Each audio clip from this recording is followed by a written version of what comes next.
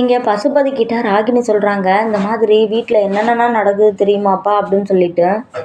ஏம்மா என்னாச்சு? நீ சந்தோஷமா தானே இருக்க? அப்படின்னு சொல்லிட்டு இங்கே பசுபதி கேட்க, எங்கப்பா சந்தோஷமா இருக்கு. அந்த காவேரி பண்ணுற வேலைக்கு எனக்கு அப்படியே தலையெல்லாம் வலிக்குதுப்பா அப்படின்னு சொல்லிட்டு அப்படின்னு சொல்ல, உடனே பசுபதி கேட்குறாரு, என்னமோ நீயா வாண்டடா போய் அவகிட்ட மாட்டிக்கிட்ட போலயேம்மா, அவளை பழிவாங்க போறேன்னு சொல்லிட்டு இப்படி நீ போய் இப்படி மாட்டிக்கிட்டியே அப்படின்னு சொல்லிட்டு கேட்க, உடனே இங்கே ராகினி அப்படிதான்ப்பா தெரியுது. நான் எங்கப்பா அவளை பழிவாங்க, அவள் தான்ப்பா என்னைய வச்சு செஞ்சுக்கிட்டு இருக்கா. அதுவும் இந்த கூட்டமே வந்து பக்கத்துலேயே இருந்துக்கிட்டு இவளை ஏதாவது பண்ணோம்னா போதும், அதுங்க வந்து என்னைய டார்ச்சர் பண்ண ஆரம்பிச்சிருதுங்கப்பா அப்படின்னு சொல்லிட்டு, இந்த நர்மதா ஒரு வாட்டி கல்லெடுத்து வேற என் மண்டையிலே எரிஞ்சிட்டாப்பா.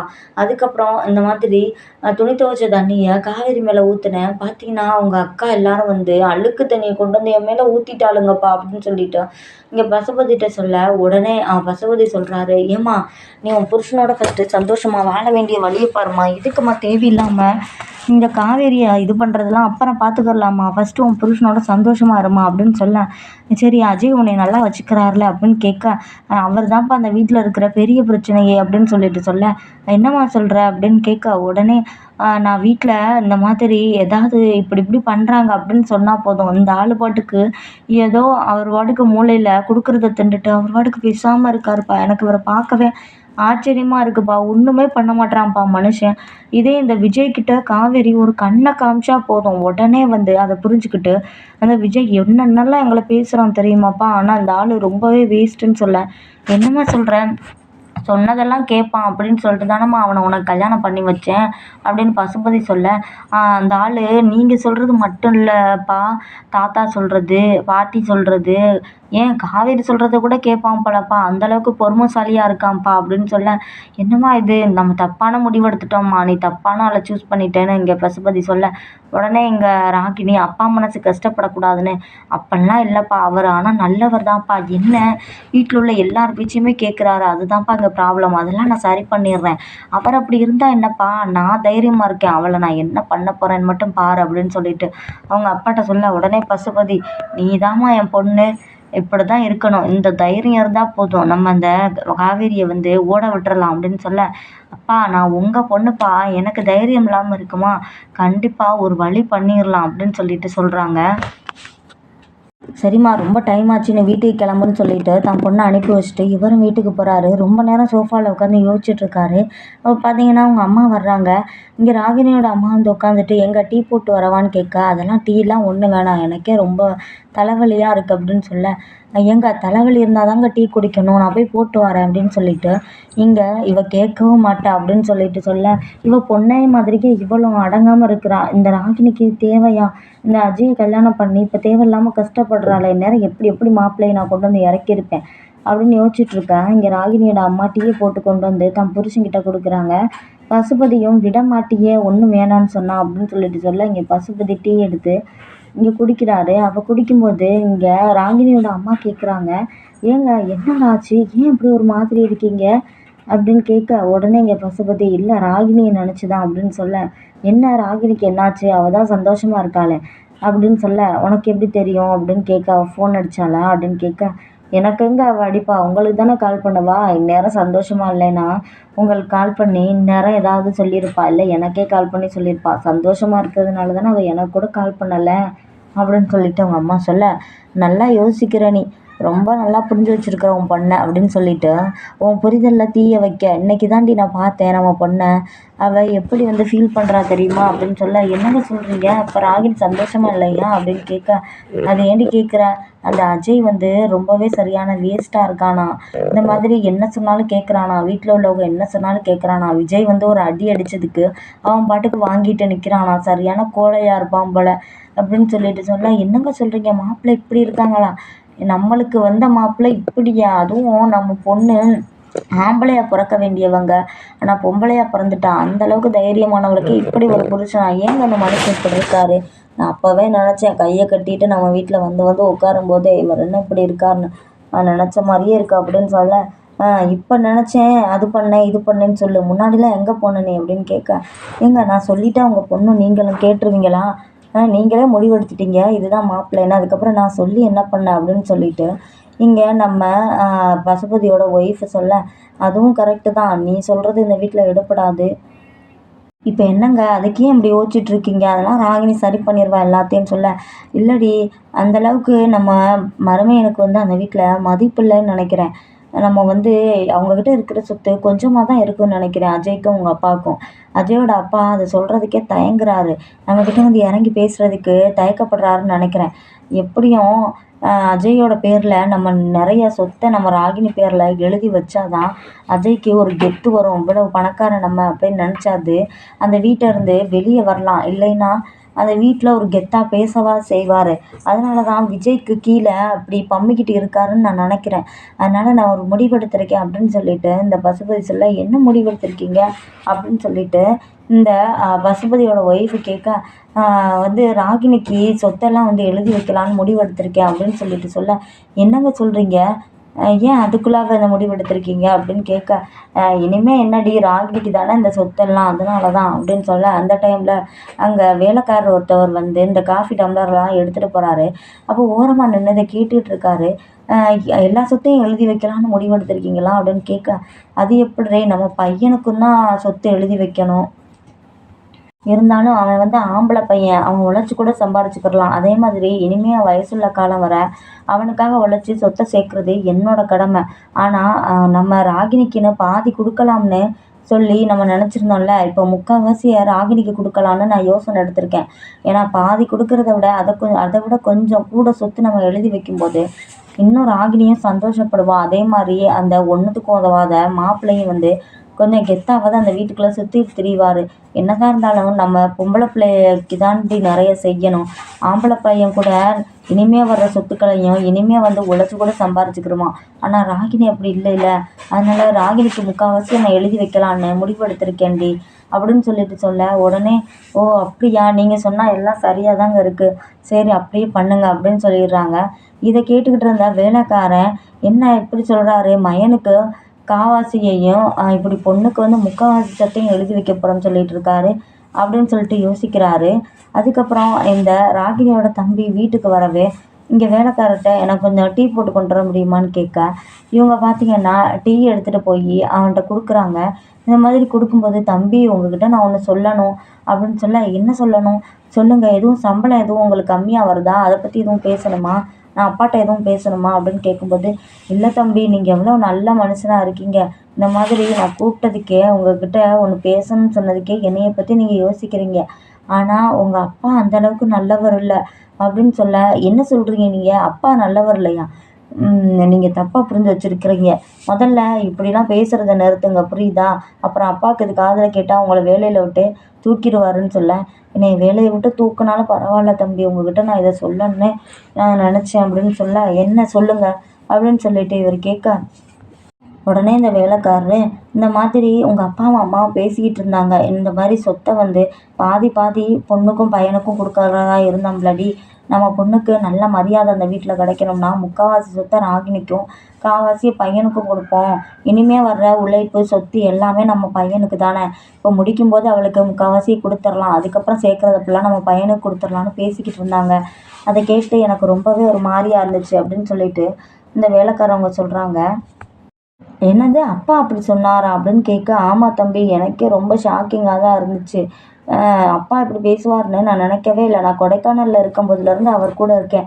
பையன் பையன்னு உங்க மேல உயிரையே விடுவாரு. ஆனா இப்படி சொத்த பிரிக்கும்போது 2 பேருக்கும் பாதி பாதி சரிசமமா குடுக்குறது தானே கரெக்ட்டு. இதுல அந்த பொண்ணுக்கு கெத்தா இருக்கணுங்கிறதுக்காக முக்காவாசி அந்த பொண்ணுக்கு குடுக்குறது என்ன நியாயம்? என் மனசுல பட்டத சொல்லிட்டேன் தம்பி. அப்புறம் இன்னொன்னு ஒண்ணு சொல்லணுமே. சொல்லப்போனா இந்த சொத்து ஃபுல்லா உங்களுக்கு தான் வர வேண்டியது" அப்படின்னு சொல்ல, "என்ன எனக்கு புரியல" அப்படின்னு சொல்லிட்டு கேட்க, "தம்பி உங்களுக்கு தெரியாது. நான் இந்த வீட்ல எத்தன வருஷமா நீங்க இருக்கிறோம்னு நினச்சுக்கிட்டு இருக்கீங்கன்னு" கேட்க, "நான் பொறக்கறதுக்கு முன்னாடி இருந்தே இருக்கிறதா தான் அம்மா சொன்னாங்க" அப்படின்னு சொல்ல, உங்களுக்கு தெரியும்ல அந்த மாதிரி பொறக்கறதுக்கு முன்னாடி இருந்தே தான் நான் இருக்கிறேன்னு. அதே மாதிரி தான் ராகினி அம்மா அந்த வீட்டுக்கு வர்றதுக்கு முன்னாடி இருந்தே நான் அந்த வீட்ல இருக்கேன். ரொம்ப நாளா அவங்க அம்மாவுக்கும், அப்பாவுக்கும் குழந்தை இல்லாம இருந்துச்சு. எந்தெந்த கோயிலுக்கோ போய்லாம் அவங்க வந்து வழிபட்டாங்க. ஆனா குழந்தைங்கிறதே பொறக்கல. அதுக்கப்புறம் தான் இந்த மாதிரி ஒருத்தவங்க சொன்னாங்க. மாதிரி ஆசிரமத்தில போய் நீங்க குழந்தைய வந்து தத்தெடுங்க. அதுக்கப்புறம் கூட அந்த பலனால உங்களுக்கு இன்னொரு குழந்தை கூட பிறக்கும் வாய்ப்பு இருக்கு. இந்த புண்ணியத்த நீங்க செய்யணும் அப்படின்னு ஒரு சாமியார் சொன்னதுனால தான் இந்த மாரி ஆசிரமத்தில போய் ராகினி அம்மாவ வாங்கிட்டு வந்தாங்க.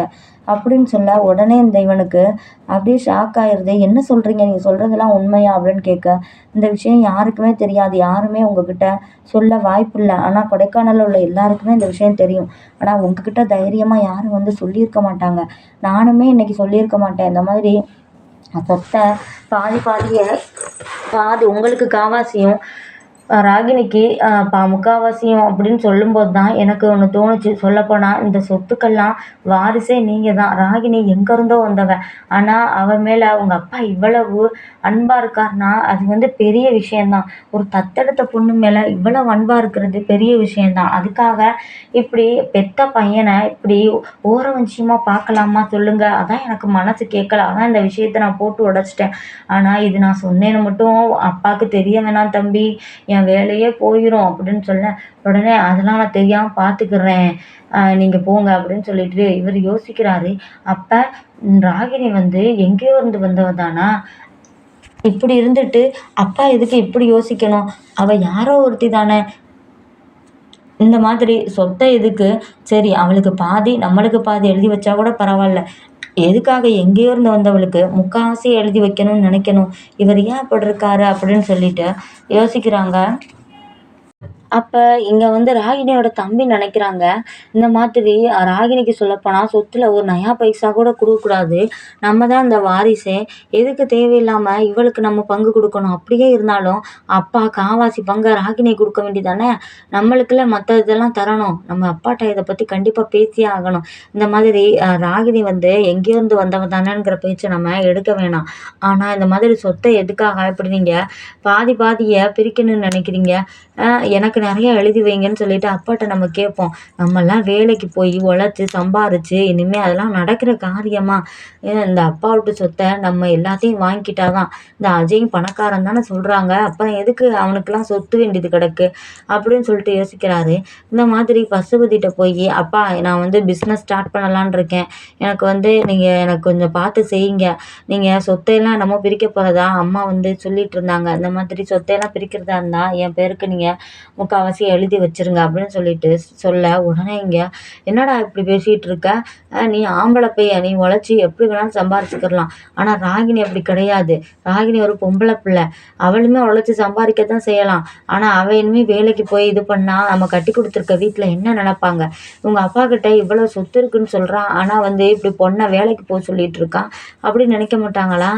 அதெல்லாம் முடியாது. அவளுக்கு தான் நான் முக்கால்வாசி பங்கு எழுதி வைக்க போறேன். இனிமே நம்ம எல்லா கொடைக்கானல்ல இருக்கிற எஸ்டேட்டு எல்லாத்தையும் வச்சு நீ சம்பாரிச்சு அது மூலியமா நீ சொத்தை சேர்த்துக்கோ அப்படின்னு சொல்லிட்டு சொல்ல, உடனே இங்க வந்து கடுப்பாயிருது இங்க ராகினியோட தம்பிக்கு. என்ன இவர் இப்படி சொல்லிட்டு இருக்காரு? இங்க பாருங்கப்பா, எனக்கு இதெல்லாம் உழைச்சி சம்பாரிச்சு அதெல்லாம் வந்து முடியாத காரியம். ஒழுங்கா என் பேர்ல எல்லாத்தையும் எழுதி வச்சிருங்க அப்படின்னு சொல்ல, அதெல்லாம் முடியாது, நீ என்ன பண்ணணுமோ பண்ணிக்க அப்படின்னு சொல்ல, உடனே உங்க அம்மா ஓடியாந்து, டேய் என்னடா இப்படி சொல்லிட்டு இருக்க, அவ உனக்கு அக்காடா, அவளுக்கு நம்ம தானடா பார்த்து எல்லாம் செய்யணும் அப்படின்னு சொல்ல, யாரு அக்கான்னு சொல்லி சும்மா பொய் சொல்லிட்டு இருக்கீங்க? 2 பேரும் என்ன எனக்கு எதுவும் தெரியாதுன்னு நினைச்சிட்டு இருக்கீங்களா? அவ தான் அக்கா இல்லைன்னு எனக்கு நல்லாவே தெரியும். உங்களுக்கு நான் மட்டும் தான் பையன். நீங்க தேவையில்லாம இன்னும் என்கிட்ட என் காதுல பூ சுத்தலாம்னு நீங்க நினைச்சிட்டு இருக்காதீங்க, புரியுதா?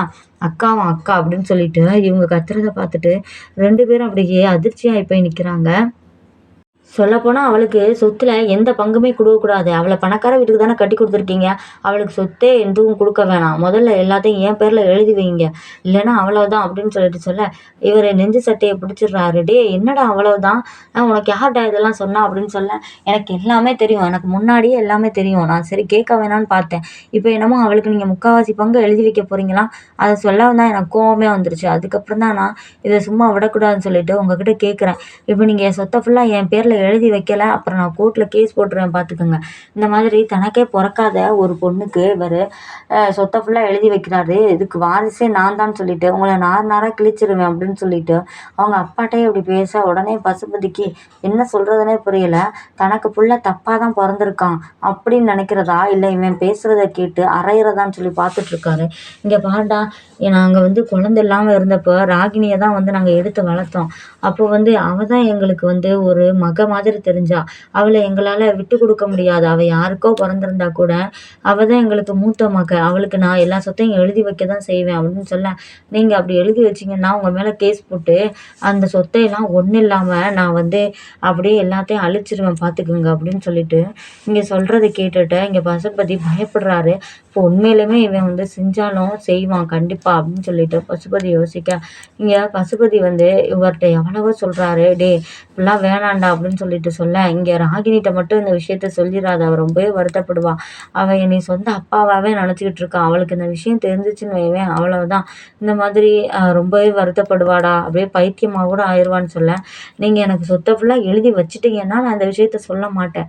அப்படியே நீங்க சொத்த ஃபுல்லா ஏன் எனக்கு எழுதி வைக்காம, காவாசிய கூட அவளுக்கு நீங்க எழுதி வச்சீங்க, இந்த விஷயத்த நான் சொல்லிருவேன் பார்த்துக்கங்க. எல்லா சொத்தையும் எனக்கு முடிக்க பாருங்க அப்படின்னு சொல்லிட்டு போயிடுறாரு. உடனே இடி விழுந்து போய் இங்க பசுபதி உட்கார்ந்துருக்கா. என்னதான் இருந்தாலும் காவேரி அப்பாவுக்கு எவ்வளோ பெரிய துரோகம் செஞ்சாரு. இப்ப அவருக்கே அவங்க பசங்கனால எவ்வளோ பெரிய ஆப்பு வருது. அதை நினைச்சு அப்படியே கதி கலங்கி போய் உட்கார்ந்துருக்காரு. உடனே இங்க ராகினி அம்மாட்ட பேசுறாரு. இப்ப நம்ம சொத்த ஃபுல்லா ராகினிக்கு எழுதி வச்சோம். கண்டிப்பா இந்த உண்மைய இந்த பையன் போய் சொல்லிருவான்.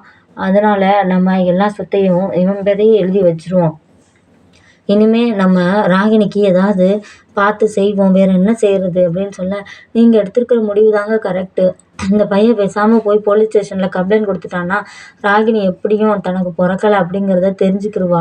அவ்வளவுதான். அவ சாகுறதுக்கு கூட தயாரா இருப்பா. அவளே ஒரு லூசு மாதிரி ஏதாவது பண்ணுவாங்க. அதனால நீங்க இப்படியே பண்ணிருங்க. இந்த பயலுக்கே வந்து நீங்க எழுதி வச்சுருங்க எல்லாத்தையும் சொல்ல, உடனே சரின்னு சொல்லிட்டு, நாளைக்கே நான் வந்து வக்கீல கூப்பிடுறேன்னு சொல்லிட்டு அப்படியே உட்காந்துட்டு இருக்காரு இடிஞ்சு போயி. இங்க ராகினி கால் பண்ணி, "அப்பா என் பேர்ல எல்லாத்தையும் மாத்துறதா சொல்லியிருந்தீங்கல்ல, அது எப்பப்பா ரெஜிஸ்டர் பண்ண போறீங்க?" அப்படின்னு கேட்க, ஒண்ணுமே சொல்லாம அப்படியே முழிச்சு போய், "இல்லம்மா அது இப்போதைக்கு பண்ணல, பார்த்துக்குருவோம்னு" சொல்ல, "ஏன்பா? நான் வேற அஜய்ட்ட வேற சொல்லிட்டேன்ப்பா. என்னப்பா என்னை இப்படி அசிங்கப்படுத்துறீங்க?" அப்படின்னு சொல்லிட்டு, இங்க ராகினி கேட்க, "இல்லம்மா இப்ப அப்பாவுக்கு கொஞ்சம் வேலை இருக்குன்னு" சொல்லிட்டு ஃபோனை கட் பண்ணிடுறாரு. என்ன எப்பவுமே எவ்வளோ வேலை இருந்தாலும் நம்மகிட்ட பேசுவாரு. ஏன் அப்பா அப்படி பண்றாரு? ஏன் அப்படி நடந்துக்கிறாரு? அப்படின்னு சொல்லிட்டு இந்த ராகினி நினைக்க, உடனே இந்த பக்கம் பார்த்தீங்கன்னா பசுபதி, என்னைய மன்னிச்சிரும்மா. உன் பேர்ல நான் எதுவுமே எழுதி வைக்க முடியாது. அந்த அளவுக்கு நான் பாவி ஆயிட்டேன்" அப்படின்னு சொல்லிட்டு அழுகுற மாரி அழுதுட்டு இருக்காரு. உடனே அவங்க அம்மா ஆறுதல் சொல்றாங்க. இந்த பக்கம் அஜயோட அப்பா அஜயோட அப்பாட்ட அஜய் வந்து ஃபோன் பண்ணி, இந்த மாதிரி என் மாமா ராகினியோட பேருக்கு எல்லாத்தையும் மாத்தி குடுக்குறதா சொல்லிட்டாருப்பான்னு சொல்ல, உடனே இங்க அஜயோட அப்பா அன்புக்கு சந்தோஷம் தாங்க முடியல. "இங்க பாருடி, இனிமே நம்ம இந்த மாரி வாடகை வீட்லலாம் இருக்க தேவையே இல்ல. நம்ம பையனுக்கு எப்படியும் எல்லா சொத்தும் வந்துரும். எப்படியும் ராகினி எல்லா சொத்தையும் அவ பேர்ல வச்சிருக்க மாட்டா. நம்ம பையன் பேர்லயும் மாத்தி எழுதி வச்சுருவா. அதுக்கப்புறம் நம்ம புது வீடு கட்டிக்கிட்டு உங்க அப்பா முன்னாடி நம்ம வாழ்ந்து காட்டப் போறோம். இனிமே அப்பா அப்பா அவரு இவருன்னு சொல்லிட்டு அவர் வீட்டு முன்னாடி போய் நீ நிக்கிற வழிய பார்க்காத. இனிமே வந்து என் கூட தான் நீ இருக்கணும். நான் எங்க இருக்க சொன்னாலும் நீ இருக்கணும். இனிமே நானும் பணக்காரன்டி. உங்க விஜய் முன்னாடி நான் பாரு கெத்தா போய் சொல்லுவேன்" அப்படின்னு சொல்லிட்டு இங்க கனவு கோட்டை கட்டிக்கிட்டு இருக்கேன். இங்க பார்த்தீங்கன்னா, ராகினிக்கு ஒரு நயா பைசா கூட கிடையாதுன்னு சொல்லிட்டு இங்க பசுபதி நினைச்சிட்டு இருக்காரு. இனிமே தான் புரியும். நம்ம வந்து ஒண்ணுமே இல்லாதவங்க வீட்ல இப்படி சம்மந்தம் வச்சுக்கிட்டோமேன்னு, இந்த அன்பு வந்து தலைப்பாடா அடிச்சுக்கிட்டு கிடக்க தான் போறாங்க. அதையும் நம்ம பொறுத்திருந்து தான் பார்ப்போமே.